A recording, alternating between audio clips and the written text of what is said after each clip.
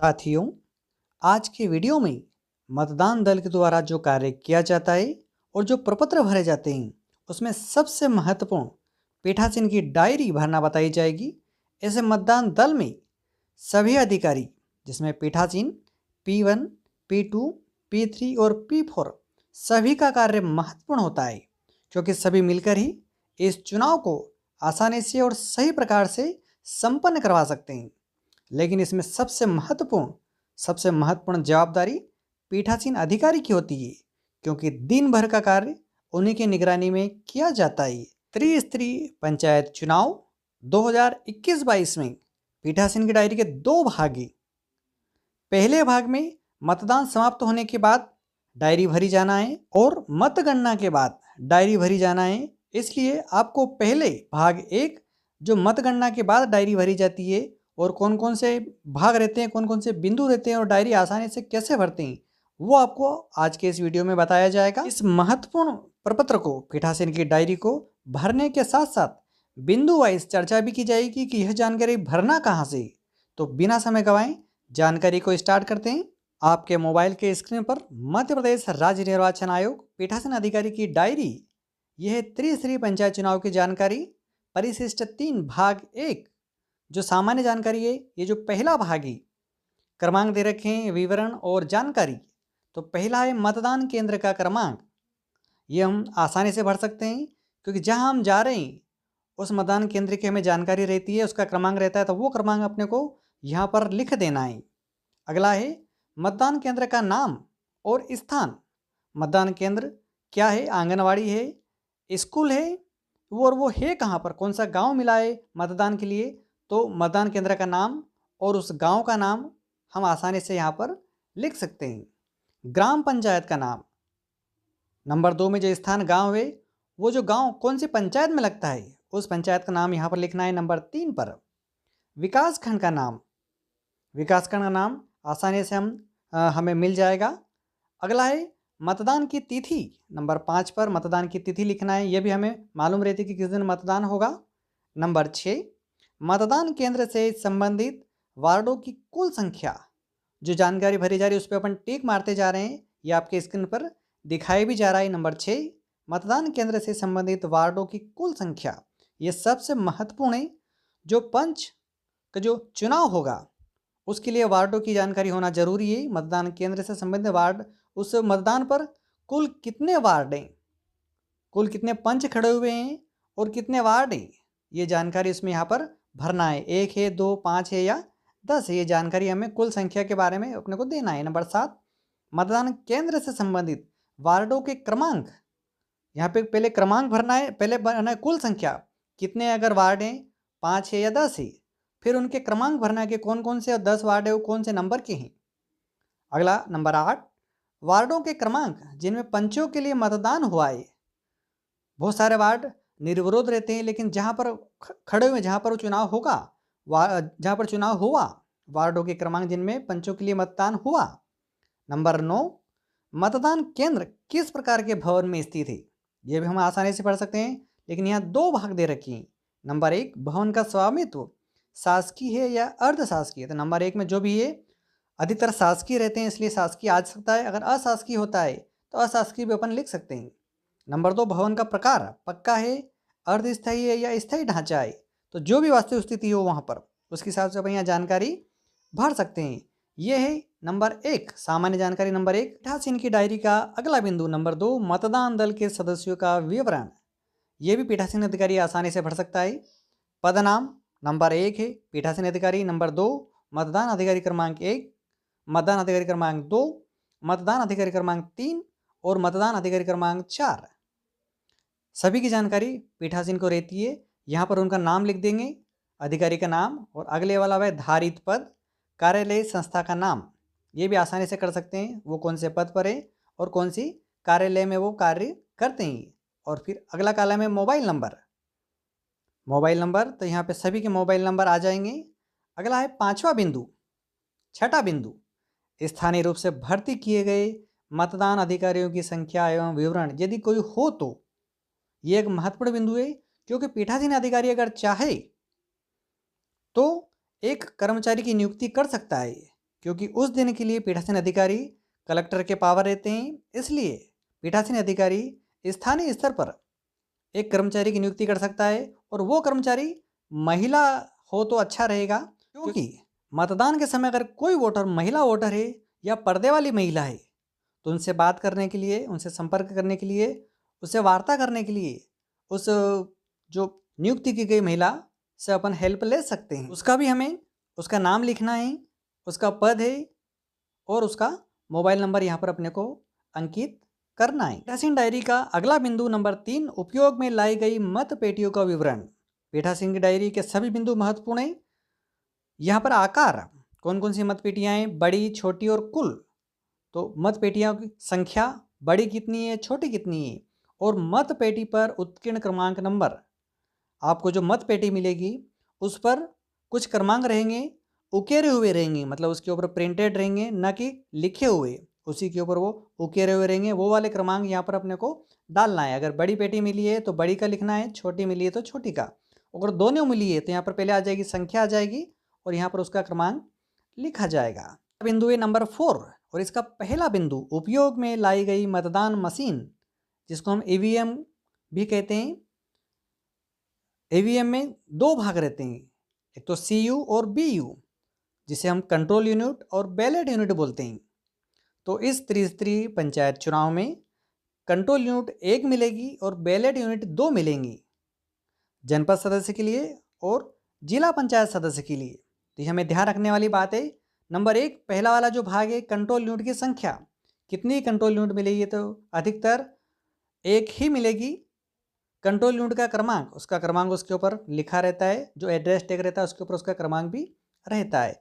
ये सबसे महत्वपूर्ण DMM का क्रमांक, ये हमें मिलेगा CU कंट्रोल यूनिट के ऊपर। जब अपन ऑन करेंगे उसे तो वहाँ पर डिस्प्ले में जो रेड कलर से लिखा हुआ आएगा DMM क्रमांक, तो पीठासीन अधिकारी वहाँ से नोट करे और इस पीठासीन की डायरी में यहाँ पर अपने को अंकित करना है। DMM का क्रमांक हमें मिलेगा CU कंट्रोल यूनिट जो रहती है, जैसे उसको अपन ऑन करेंगे, जैसे ऑन करेंगे तो वहाँ पे कुछ रेड कलर का आएगा उसके स्क्रीन पर, वहाँ पर DMM क्रमांक रहेगा, वहाँ से अपने को वो नोट करना रहता है।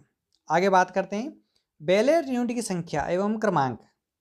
सरपंच पद हेतु कितने बैलेट मिले, जनपद पंचायत सदस्य हेतु कितने मिले और जिला पंचायत सदस्य पद हेतु कितने मिले। पंचायत चुनाव में सरपंच पद हेतु बैलेट नहीं मिलेगा, क्योंकि पंच और सरपंच की मतपत्र की जो पेटी है, पेटी में वोटिंग होगी मतपत्र द्वारा, और जनपद पंचायत सदस्य और जिला पंचायत सदस्य हेतु ईवीएम से होगा। तो यहाँ पर डैश आ जाएगा सरपंच पद के लिए, और यहाँ पर जनपद पंचायत सदस्य पद हेतु 1 हो जाएगा और जिला पंचायत हेतु भी 1 हो जाएगा। अगर 1 से अधिक मिलती है तो यहाँ पर संख्या डबल भी हो सकती है। हम बात करते हैं चौथे का दूसरा भाग, यदि मतदान मशीन ईवीएम को मतदान के दौरान बदला गया हो तो उसका विवरण।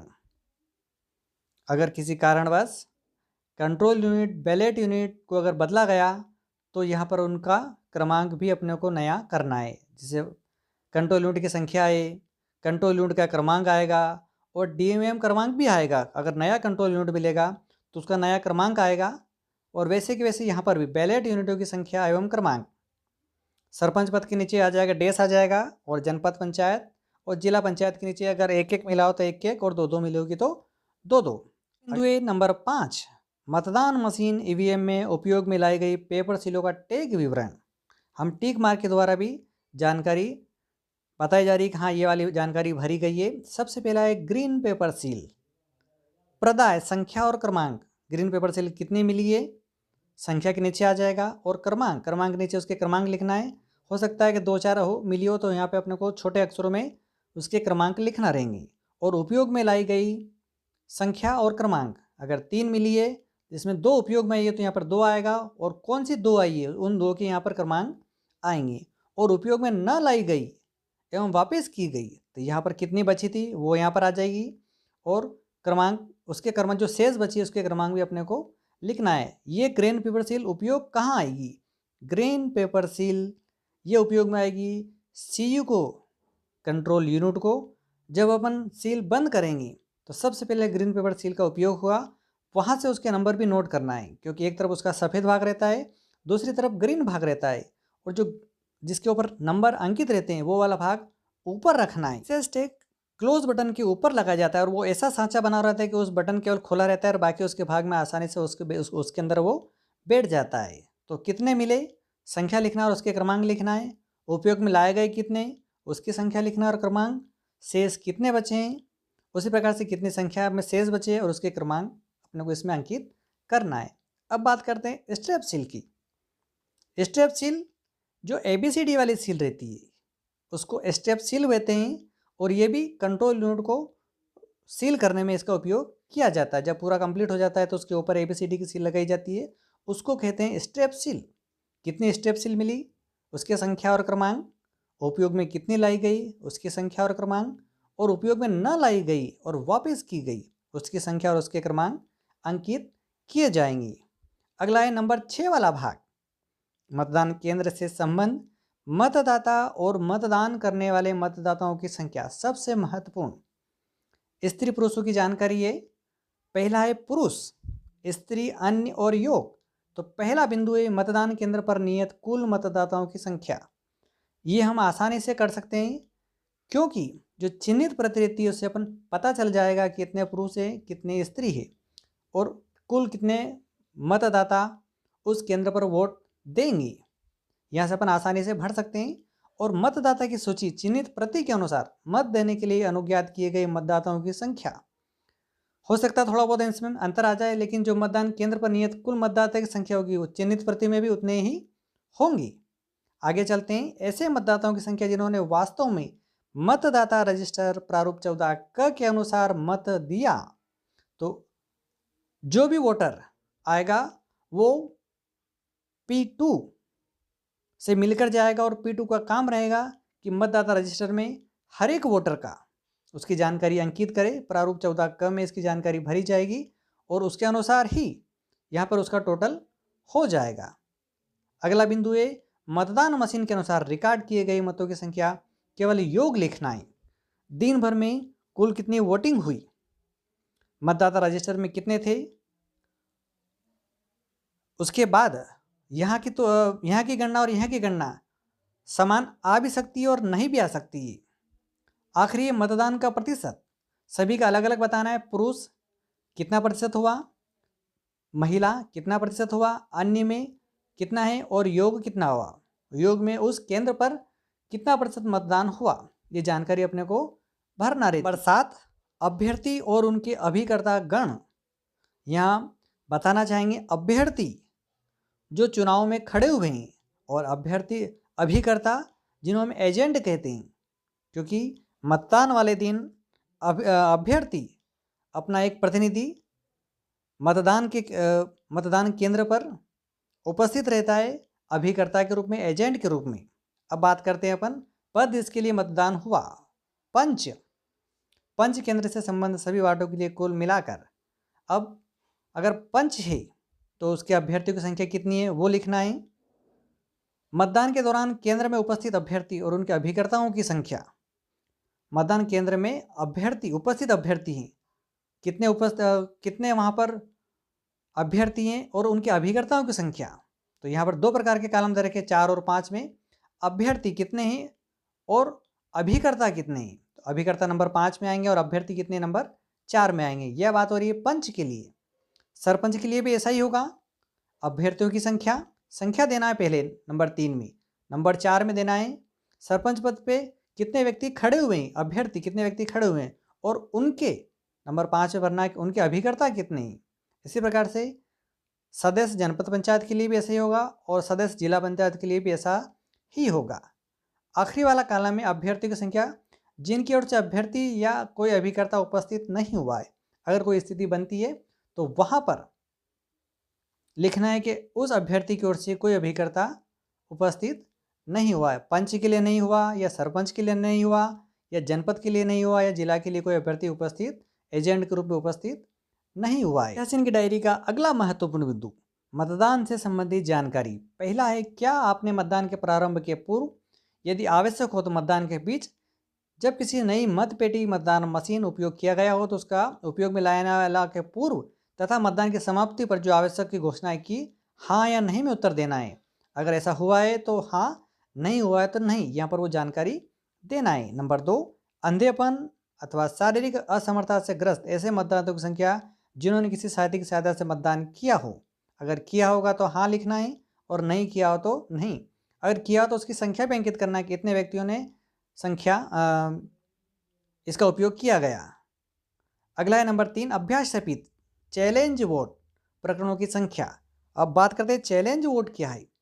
चैलेंज वोट में अगर कोई वोटर P1 के पास आया, P2 के पास आया और एजेंट ने उसके ऊपर चैलेंज कर दिया कि यह व्यक्ति जो भी क्रमांक बताया गया उस क्रमांक का ये व्यक्ति नहीं है, उसका नाम कुछ भी हो सकता है, रामलाल या श्यामलाल या मोहन या सोहन, कोई भी हो सकता है। अगर किसी ने चैलेंज कर दिया है, किसी एजेंट ने चैलेंज कर दिया कि वो व्यक्ति, ये जो आया वो व्यक्ति ये वो नहीं है, तो उस व्यक्ति को पीठासीन के पास लाया जाएगा और एक एजेंट की तरफ से 5 रुपये की रसीद बनाई जाएगी। उसके बाद इसका चैलेंज एक्सेप्ट किया जाएगा।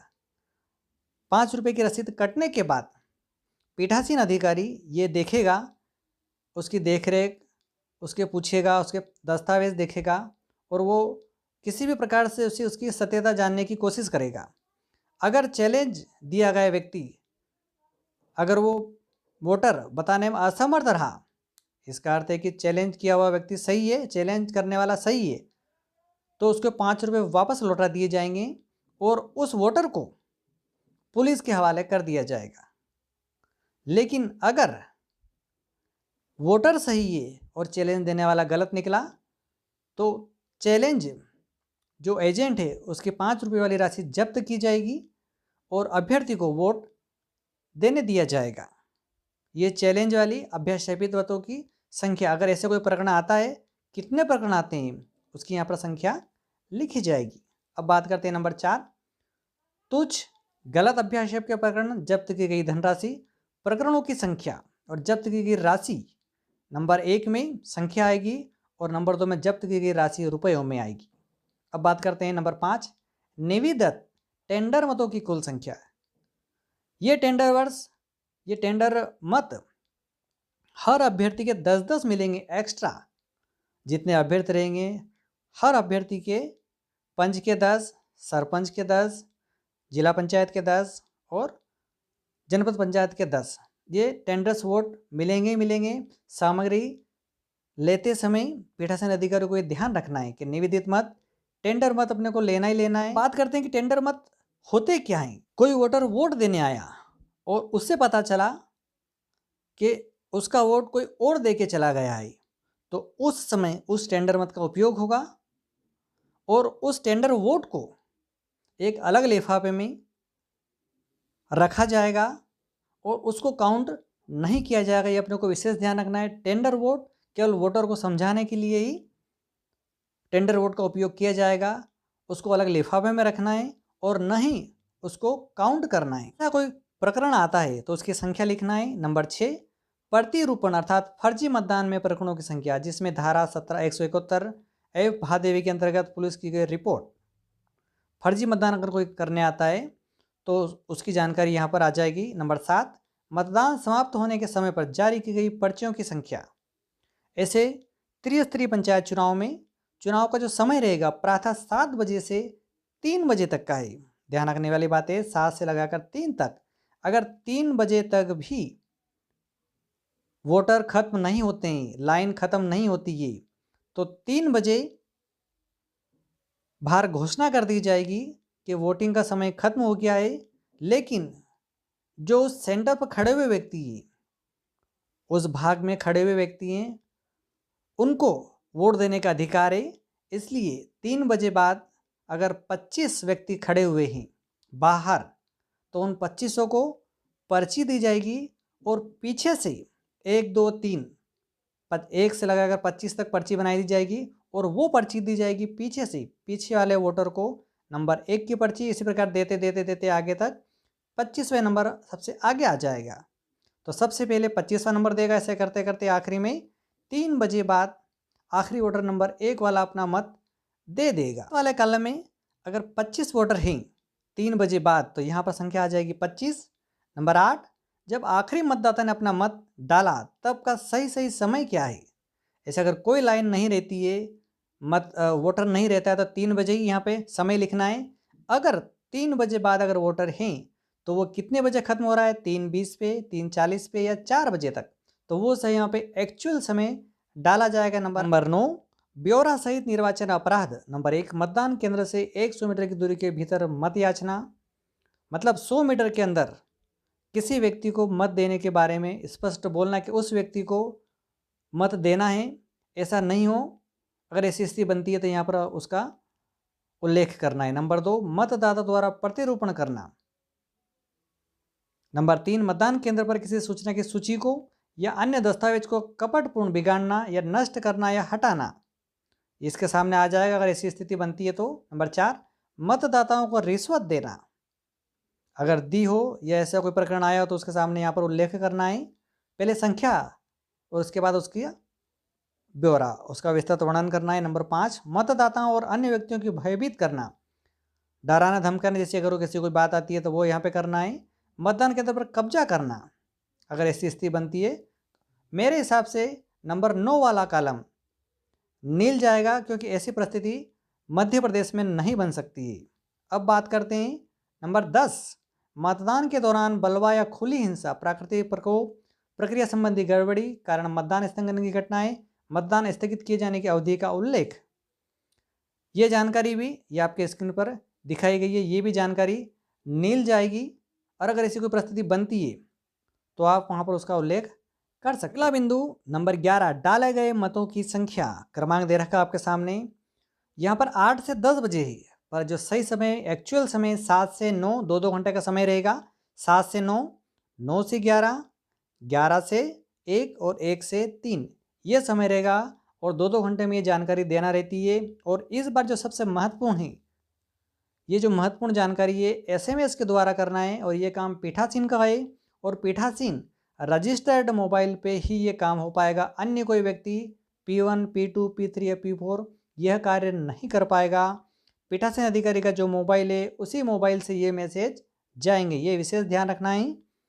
यहाँ पर यह जो 8 से 10 रखा है, ये अपन 7 से 9 मान लेते हैं। डाले गए मतों की संख्या, 7 से 9 में कितने वोट डाले गए, 9 से 11 में कितने डाले गए, 11 से 1 में कितने डाले गए, और 1 से 3 में कितने मत डाले गए। विस्तृत जानकारी के लिए अलग से वीडियो बनाया जाएगा कि पहला मैसेज कब भेजना है, दूसरा मैसेज कब भेजना है, और अंतिम मैसेज कब भेजना है, और कैसे कैसे भेजना है। मैसेज भेजने का एक अलग से स्पेशल वीडियो बनाया जाएगा, उसे आप अवश्य देखें। अगला क्रमांक, कृपया ब्यौरा दें प्रत्याशी अभिकर्ता द्वारा की गई गंभीर शिकायत यदि कोई हो तो। अगर ऐसी कोई हो शिकायत है तो यहाँ पे अपने को जानकारी देना है। नंबर 2, विधि अथवा व्यवस्था भंग करने के मामलों की संख्या, अगर ऐसी कोई परिस्थिति बनती है तो उसकी देना है। नंबर 3, मतदान केंद्र पर की गई त्रुटियों और अनियमितता की रिपोर्ट यदि कोई हुई हो तो उसकी जानकारी भी यहाँ पर देना रहती है। अब बात करते हैं आखिरी बिंदु, कोई नंबर 13, पीठासीन डायरी का अंतिम बिंदु, कोई महत्वपूर्ण घटना यदि घटित हुई हो तो उसकी जानकारी यहाँ पे विस्तृत वर्णन करना है, यहाँ पे पूरी जानकारी देना है। और आखिरी में तारीख डालना है जिस दिन मतदान हुआ, फिर यहाँ पर मोहर लगेगी, पीठासीन की मोहर, और आखिरी में हस्ताक्षर होंगे, नाम लिखेंगे पीठासीन अधिकारी अपना। इस प्रकार क्रमांक 1 से लगाकर क्रमांक 13 तक पीठासीन की डायरी भाग 1 पूरी जानकारी आपको दी गई है। भाग 1 में मतदान के बाद जो डायरी भरा जाना है उसकी जानकारी है। अगला ये जो वीडियो बना जाएगा भाग 2, जिसमें मतगणना के बाद जो पीठासीन की डायरी भरी जाएगी उसकी जानकारी दी जाएगी। दोस्तों, वीडियो के इस टॉपिक पर अपने विचार व्यक्त करना ना भूलें। जाते जाते इस वीडियो को लाइक कीजिए और इस चैनल को सब्सक्राइब कीजिए व पास वाली बेल पर प्रेस कीजिए, जिससे जब भी वीडियो अपलोड किया जाएगा सबसे पहले आपको प्राप्त होगा। इस चैनल के अगर अदर वीडियो देखना चाहते हैं तो वो भी आपके सामने चल रहे हैं, उनको देखिए और अधिक से अधिक शेयर कीजिए। Thank you.